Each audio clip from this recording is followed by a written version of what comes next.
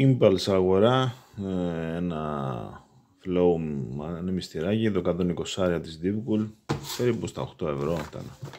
48,9 CFM, από 1200 μέχρι 1500 στροφές, σε άσπρο χρώμα, και αυτό θα μπει σε ένα PC που είχα βρει στα σκουπίδια και το ανέστησα, και έστω λιγάκι να δείξει λίγο πιο όμορφο, και επίσης να έχουμε balanced static pressure στο μηχανάκι μέσα στο κουτί, για να μην γεμίζει σκόνη.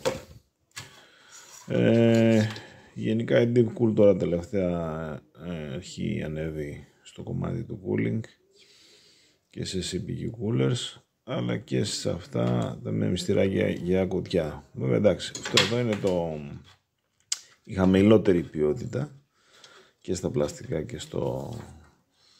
και στην απόδοση, αλλά για μηχανάκι που έχει βρεθεί από σκουπίδια, νομίζω ότι είναι εκεί τα καλά, και θα το δούμε εν δράση.